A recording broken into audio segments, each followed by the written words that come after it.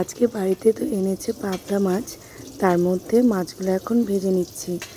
যাই হোক, ভিডিওর প্রথমে বলবো, আমার ভিডিও যে যেখান থেকে দেখছো বা দেখছেন তাদেরকে জানাই অসংখ্য ধন্যবাদ। আর সেই সঙ্গে সবাইকে নমস্কার জানিয়ে আমি আমার ভিডিওটা শুরু করছি। আর পাবদা মাছ ভাজতে যা তেল ছিটে, খুব সাবধানে ঢেকে ঢেকে ভাজতে হয়। আর পাবদা মাছ হবে, তার সঙ্গে হবে ডিমের কারি।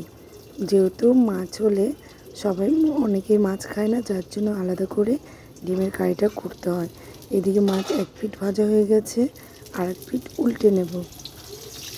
উল্টিয়ে সঙ্গে সঙ্গে ঢেকে দিতে হবে, নাহলে খুব ফাটে। আর মাছগুলো ভাজা ভাজা করার পর তারপর এখানে আমি কড়াইতে ওই তেলে আরেকটু তেল দিয়ে জিরে ফোড়ন দিয়ে আলু দিয়ে দিয়েছি। আলুগুলো একটু ভাজা ভাজা হয়ে গেলে দিয়ে দেবো হলুদ গুঁড়ো, লঙ্কা গুঁড়ো আর পরিমাণ মতো লবণ। দেওয়ার পর ভালো করে কষিয়ে নেব। আর আজকে আমি পাবদা মাছের ঝোলটা একদমই হালকা পাতলাভাবে বানাবো, খুব একটা রিচ করব না, কম মশলা দিয়ে। আর দিয়ে দিলাম জল। এবার ঢেকে দেবো। আর একদিকে আরেকটা ওভেনে আমি ডিম ভাজছি। ডিমগুলো সেদ্ধ করার পর ভেজে নিচ্ছি। একটা ডিমের তো ছাড়াতে গিয়ে একদম কুসুম বেরিয়ে গেছে, কুসুমটা পুরো বেরিয়ে এসছে। আর এদিকে মাছের ঝোলটাও ফুটছে। ফুটে গেলে এবার ভেজে রাখা মাছগুলো দিয়ে দেব।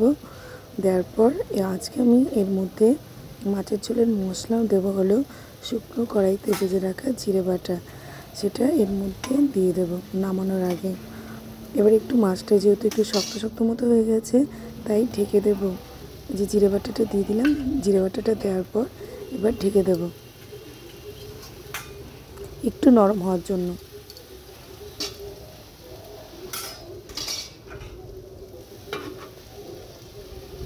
আর একদিকে ডিমের ঝোলে যে আলুগুলো ভাজা ভাজা করার পর কষিয়ে নিচ্ছি, মশলা টশলা দিয়ে কষিয়ে নিচ্ছি। আর ডিমের ঝোল তো সবাই জানে কীভাবে করতে হয়, পুরো একদম শুরু থেকে দেখানো হয়নি। যে আলুগুলো ভাজার পর এবার মশলা দিয়ে কষিয়ে নিচ্ছি।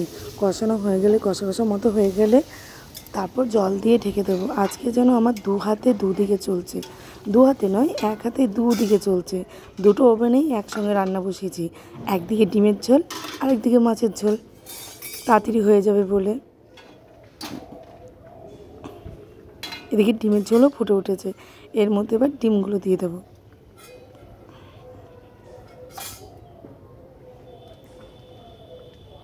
এবার একটু দিয়ে দেবো গরম মশলা গুঁড়ো দিয়ে একটু ফুটিয়ে নিয়ে নামিয়ে নিলেই রেডি ডিমের ঝোল। আর হবে হলো মুগ ডাল। ডিমের ঝোল এবার নামিয়ে নেবো। আর হবে মুগ ডাল, বললাম মুগ ডালে ভেজে নিয়ে ভাজার পর তারপর জল দিয়ে দিয়েছিলাম কাঁচা লঙ্কা দিয়ে সেদ্ধ। আর দিয়েছিলাম হলো ঢেঁড়সটা একটু পরের দিকে দিয়েছি, সেদ্ধ হওয়ার সময় দিইনি। যখন সেদ্ধ হয়ে গেছে তারপরে ঢেঁড়সটা দিয়েছি, কারণ আগে থাকতে দিলে ঢেঁড়সের যে একটা বিজল ভাব আছে, পুরো ডালটাও ভিজলে ভিজলে হয়ে যেত। যাই হোক, রান্নাবান্না তো কমপ্লিট। আর মুগ ডালে আমি ফোড়ন হিসাবে দিয়েছিলাম শুকনো লঙ্কা আর জিরে, এই ফোড়ন হিসাবেই দিয়েছিলাম। যাই হোক, রান্নাবান্নাটা কমপ্লিট। তার আগে খাবার থালাটা সুন্দর করে সাজিয়ে নেব, সুন্দর করে সাজিয়ে সুন্দর করে খেয়ে নেব।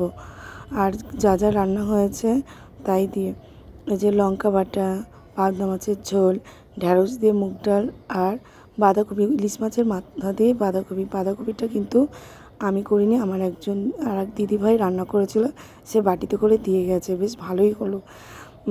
মানে ডাল বাঁধাকপি দিয়ে পুরো ভাত খাওয়া হয়ে গেছে, হয়েছিল অনেক কিছু, ওই দিয়ে খাওয়া হয়ে গেছে। ভিডিওটি আজকের মতো এইটুকু। টাটা, বাই বাই, দেখা হবে নেক্সট ভিডিওতে। ততক্ষণে সবাই ভালো থাকবে আর আমার ভিডিও দেখে যাবে। আর মনে রাখতে হবে যে সোম থেকে রবি আমি আমার বাড়িতে কী কী রান্না করি তা দেখতে হলে থাকতে হবে আমার চ্যানেলে। আজকের মতো এইটুকু।